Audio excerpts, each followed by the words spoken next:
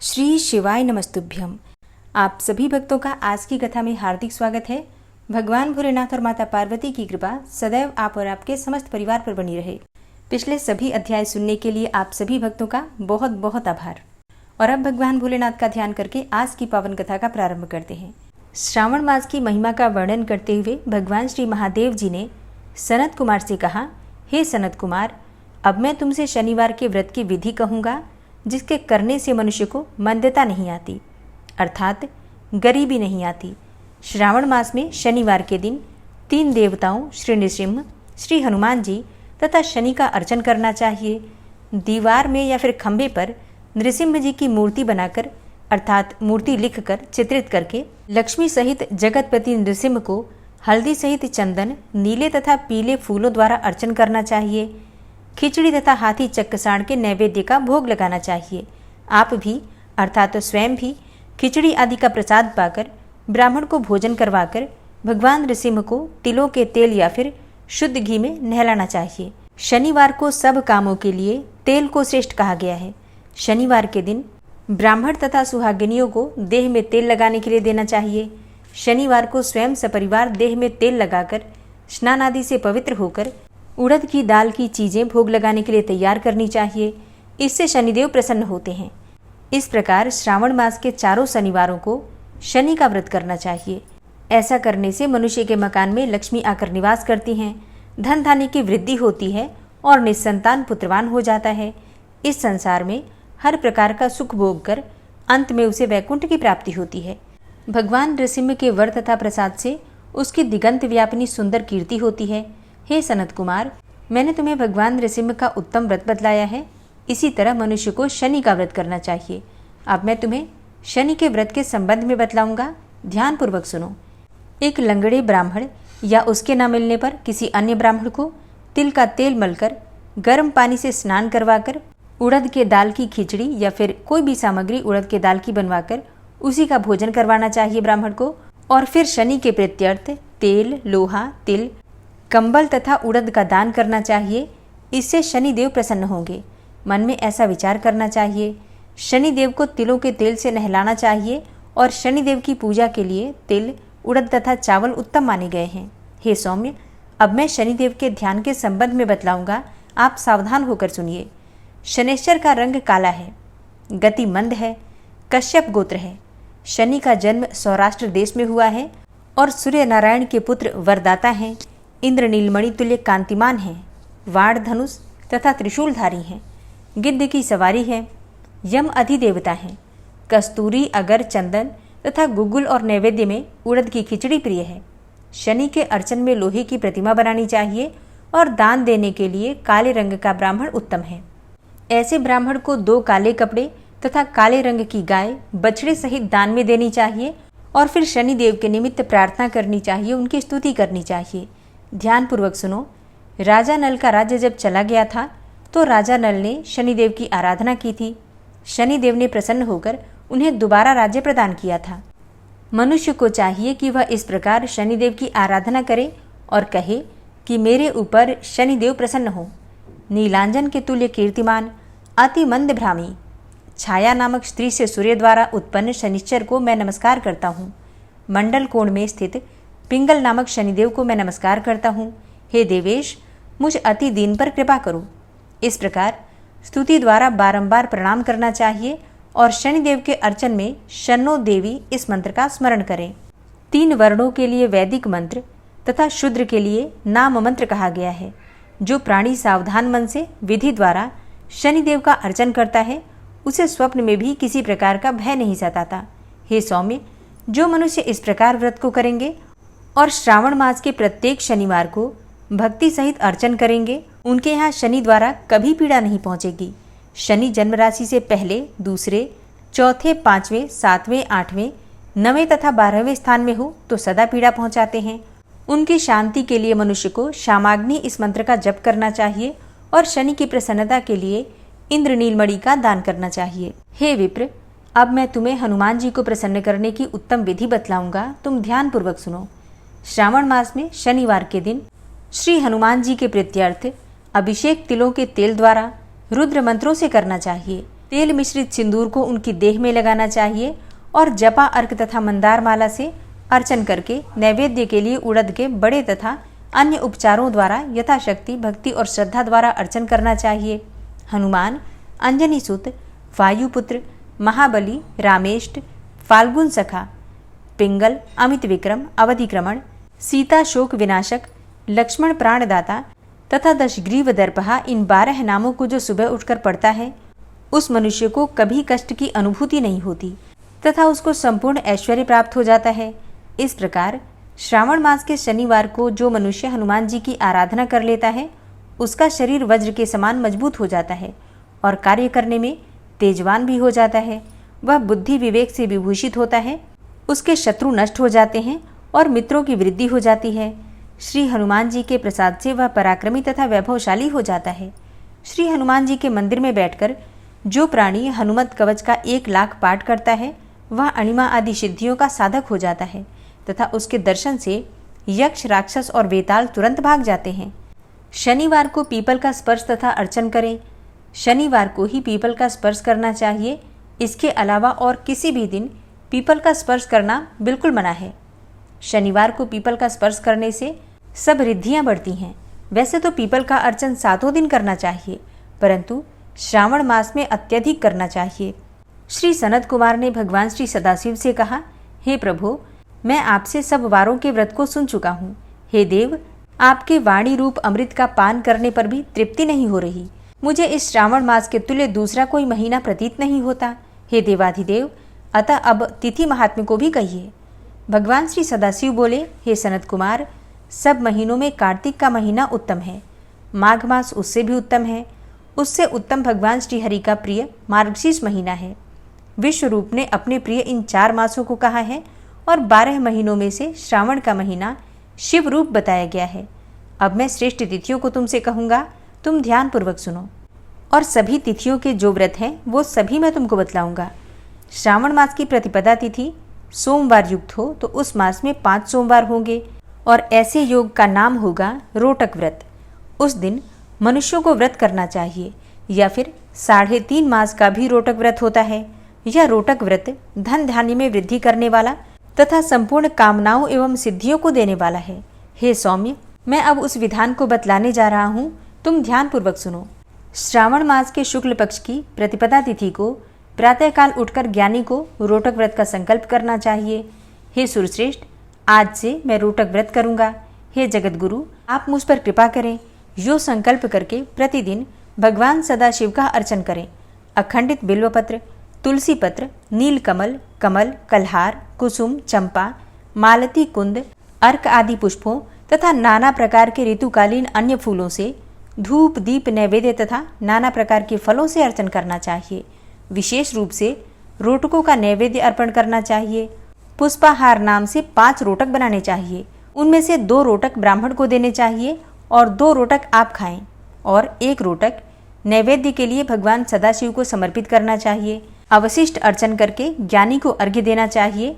केला, नारिकेल, जंबीरी, बिजौरा, नींबू, खजूर, ककड़ी, दाख, नारंगी, मातुलिंग, अखरोट, अनार और ऋतु में होने वाले फलों को अर्घ्य देने के लिए उत्तम कहा गया है।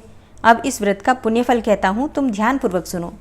जो 7 सागर पर्यंत भूमि दान करने से प्राप्त होता है, मनुष्य को वह फल इस व्रत के सविधि करने से सहज में ही प्राप्त हो जाता है।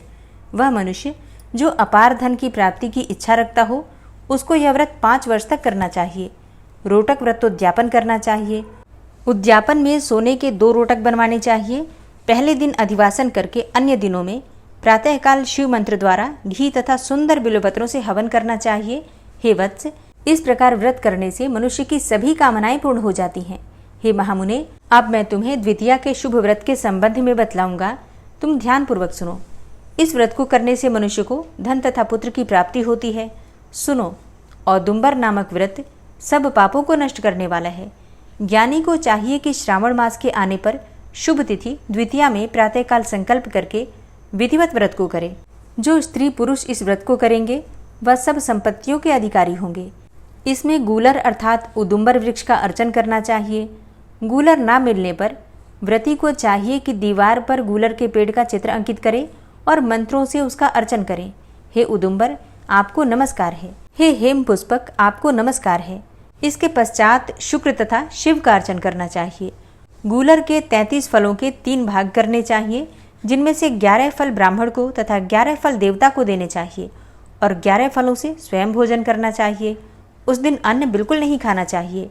रात को शुक्र तथा भगवान सदाशिव का अर्चन करके जागरण करना चाहिए। हे वत्स, इस प्रकार 11 वर्ष तक यह व्रत करना चाहिए और 11वें वर्ष की समाप्ति पर उद्यापन करना चाहिए। उद्यापन में सोने का फल, पुष्प, पत्र आदि के सहित गूलर का पेड़ बनवाकर उसमें सोने से बनी हुई भगवान शंकर तथा शुक्र की मूर्तियों का पूजन करना चाहिए। दूसरे दिन प्रातःकाल छोटे छोटे गूलर के फलों से 108 हवन करें। उदुम्बर की लकड़ी, घी तथा तिलों से हवन करना चाहिए और हवन समाप्त होने के बाद आचार्य का पूजन करें। फिर अपनी शक्ति के अनुसार ब्राह्मणों को भोजन करवाएं। और हे तात, इस प्रकार व्रत करने से जो फल प्राप्त होता है, अब उसे भी सुनो। जैसे यह पेड़ बहुत फलों से युक्त होता है, वैसे ही साधक के यहाँ बहुत से पुत्र होते हैं और उसके वंश की वृद्धि होती है। जिस प्रकार सोने के फलों से लदा हुआ यह पेड़ है, उसी प्रकार व्रती भी धनपति हो जाता है।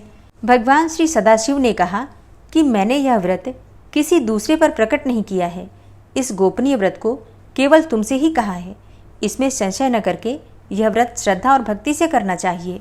श्री शंकर भगवान ने सनत कुमार जी से कहा, हे तात, अब मैं तुमसे श्रावण मास के शुक्ल पक्ष की तृतीया तिथि को किया जाने वाला शुभ स्वर्ण गौरी व्रत कहूँगा।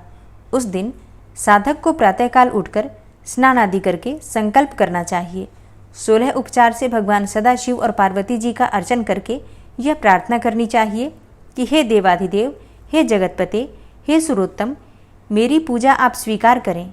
महादेवी भवानी के व्रत की पूर्ति के 16 वायन दंपतियों को देने चाहिए और कहना चाहिए कि मैं भवानी के प्रीत्यर्थ तथा व्रत पूर्ति के निमित्त उत्तम ब्राह्मणों को वायन देता हूँ।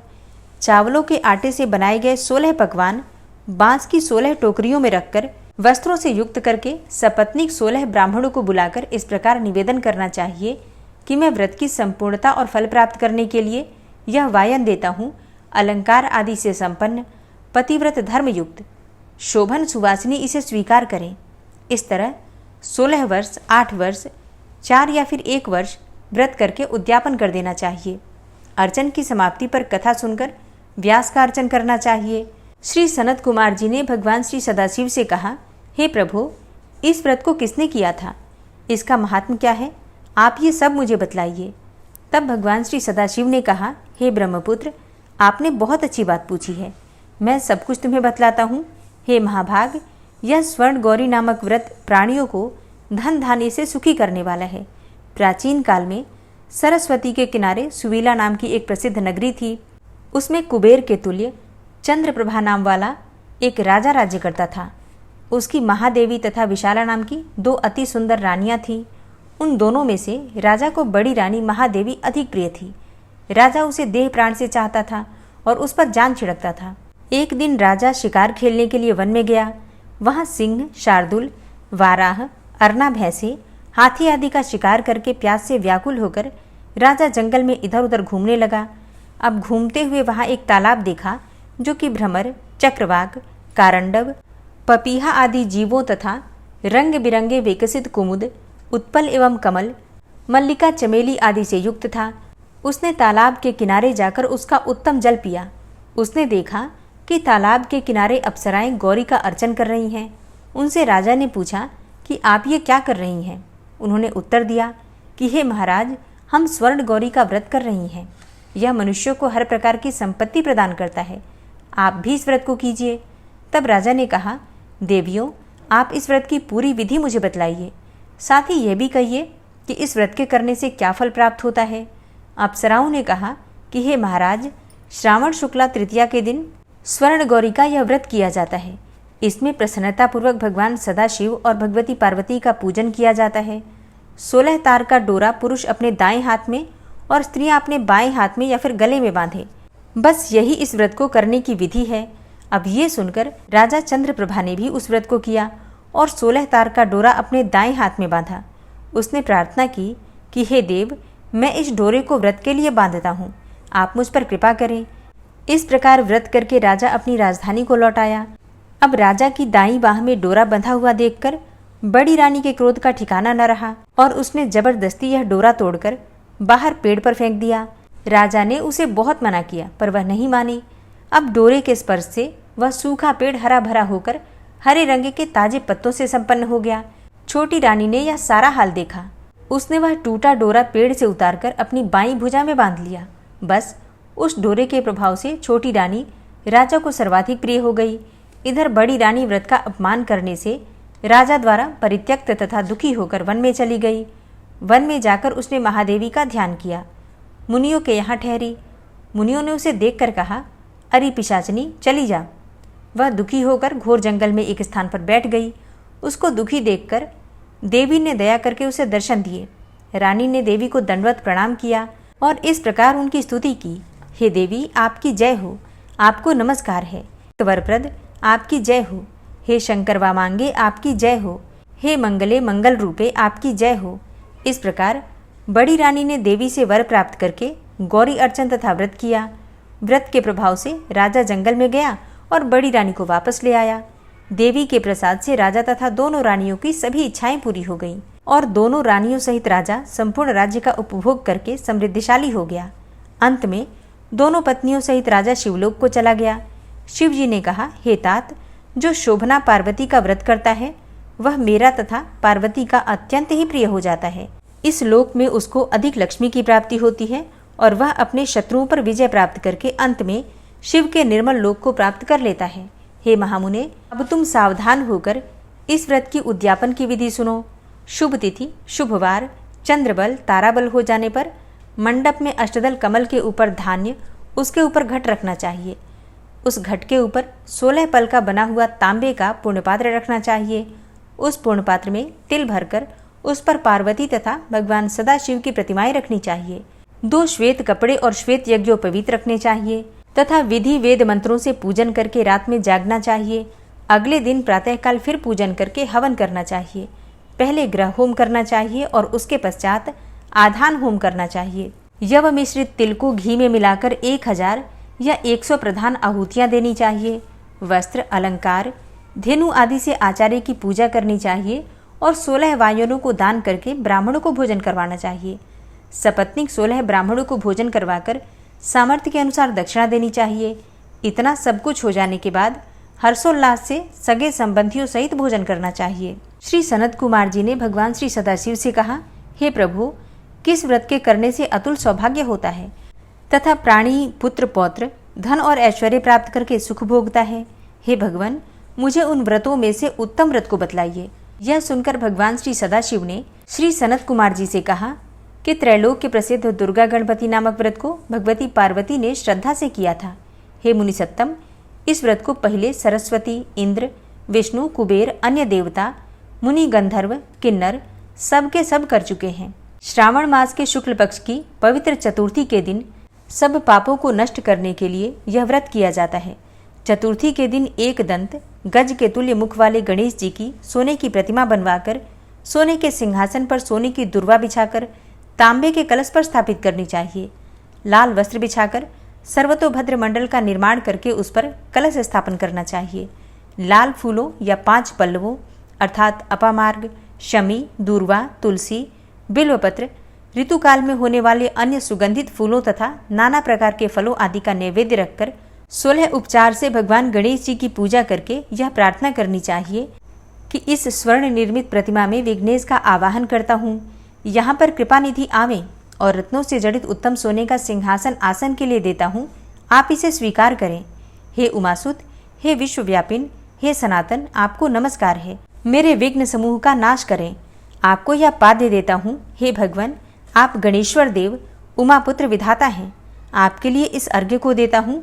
हे भगवान, आप इसे स्वीकार करें। हे विनायक, हे वरद, हे गणेश, आपको नमस्कार है, नमस्कार है। हे भगवान, आपको आचमनीय देता हूँ। हे सुरपुंगव, प्रार्थना द्वारा सब तीर्थों का जल आपके लिए लाया हूँ, ऐसे जल को आप स्वीकार करें। सिंदूर केसर से रंगे हुए आपके लिए 2 वस्त्र दिए हैं। हे भगवान, आप स्वीकार करें, आपको नमस्कार है। उमा मंगल संभूत, आप सब विघ्नों का नाश करने वाले हैं। हे लंबोदर देव, इस चंदन को आप स्वीकार करें। हे सुरश्रेष्ठ, लाल चंदन चर्चित इन अक्षतों को मैंने भक्ति से चढ़ाया है। हे सुरश्रेष्ठ, इसे आप स्वीकार करें। चंपक, केतकी, जपा फूलों से मैं गौरी व्रत की पूजा करता हूँ। मुझ पर प्रसन्न हो। लोगों के अनुग्रह के लिए तथा दानवों के बाधार्थ हे एकदंत, यह आपका पतवार है। हे भगवान, प्रसन्नतापूर्वक इस धूप को आप स्वीकार करें। सर्व ज्योति प्रकाशक, सर्व सिद्धि देने वाले आप महादेव के आत्मज हैं। इस दीपक को मैं आपके लिए देता हूँ। आपको नमस्कार है। गणा नाम त्वाम, इस वैदिक मंत्र से लड्डू आदि तथा चतुर्विध अन्नों को और खीर, लड्डू आदि, कपूर तथा इलायची युक्त पान आदर से मुख में रखने के लिए दे रहा हूँ। अतः आप मुझे शांति दें। हे गणेश्वर, हे गणाध्यक्ष, हे गजानन, हे गौरीपुत्र, मेरा व्रत आपके प्रसाद से परिपूर्ण हो।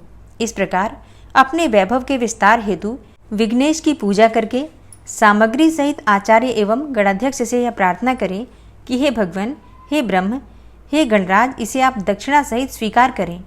आपकी कृपा से मेरा यह व्रत पूर्ण हो। जो मनुष्य 5 वर्ष तक यह व्रत करके उद्यापन करता है, वह इस लोक में अपने सब मनचाहे पदार्थों को प्राप्त करके अंत में शंकर के लोक को प्राप्त करता है। यदि इस व्रत को 3 वर्ष तक करें तो सब सिद्धियों को प्राप्त कर लेता है और अंत में उसको शंकर के लोक की प्राप्ति होती है। इसमें कोई संशय नहीं है। इस उत्तम व्रत को जो प्राणी उद्यापन के बिना करता है, यथाविधि पूरा वर्ष व्रत करने पर भी सब न करने के समान अर्थात निष्फल हो जाता है। उद्यापन के दिन तिलों द्वारा स्नान करना चाहिए। फिर गणेश की 1 पल, आधा पल या चौथाई पल सोने की प्रतिमा बनाकर उसको पंचगव्य द्वारा स्नान कराकर दूर्वा से पूजन करना चाहिए। मनुष्य को चाहिए कि इस मंत्र द्वारा पूजन करें। हे गणाधीश, हे उमापुत्र, हे अघनाशन, आपको नमस्कार है। हे विनायक, हे ईशपुत्र, हे सर्व सिद्धि प्रदायक, हे हेमवक्त्र, हे मूषक वाहन, हे कुमार गुरु, आपको नमस्कार है। इन सभी नामों से अलग अलग पूजा करनी चाहिए। पहले दिन अधिवासन करना चाहिए और दूसरे दिन प्रातःकाल हवन करना चाहिए। ग्रह होम करके दूर्वा तथा लड्डू से प्रधान होम करना चाहिए। दूब तथा लड्डू के प्रधान होम के पश्चात पूर्णाहुति करके आचार्य आदि ब्राह्मणों का अर्चन करें। अपनी शक्ति के अनुसार अधिक दूध देने वाली गाय बछड़े सहित दान करें। हे सनत कुमार, ऐसा व्रत करने से मनुष्य अपनी सभी कामनाओं को पूर्ण कर लेता है। शंकर भगवान ने श्री सनत कुमार जी से कहा, हे वत्स, मैं अपने प्रिय पुत्र के व्रत करने वाले पर प्रसन्न होकर उसे भूमि के सभी सुखों को देता हूँ। अंत में उसकी सद्गति भी करता हूँ। जैसे कि शाखा प्रशाखाओं द्वारा दूर्वा वृद्धि को प्राप्त होती है, वैसे ही पुत्र पौत्र आदि संतति की वृद्धि होती है। हे सनत कुमार, मैंने यह गुप्त दुर्गा गणपति व्रत आपसे कहा है। यह अत्यंत उत्तम है। इसे सुख की इच्छा करने वाले मनुष्य को अवश्यमेव करना चाहिए। नमः शिवाय। आज की कथा का यहीं पर समापन करती हूँ। इसके आगे का वृतांत आप कल की कथा में सुनेंगे। उम्मीद करती हूँ ये कथा आपको पसंद आई होगी। तो अगर कथा पसंद आती है तो वीडियो को लाइक ज़रूर किया कीजिए और अगर संभव हो तो इसे शेयर भी किया कीजिए। चैनल पर पहली बार आए हैं, अगर अभी तक आपने चैनल को सब्सक्राइब नहीं किया है तो आज की वीडियो अगर आपको अच्छी लगे तो चैनल को सब्सक्राइब करके बेल आइकन को ज़रूर प्रेस कर लीजिए। इससे ये होगा कि इस चैनल पर जो भी नई वीडियो अपलोड होंगी उनकी नोटिफिकेशन आपको सही समय पर प्राप्त होगी। मिलती हूँ मैं आपसे अगली वीडियो में। तब तक के लिए जय श्री राधे।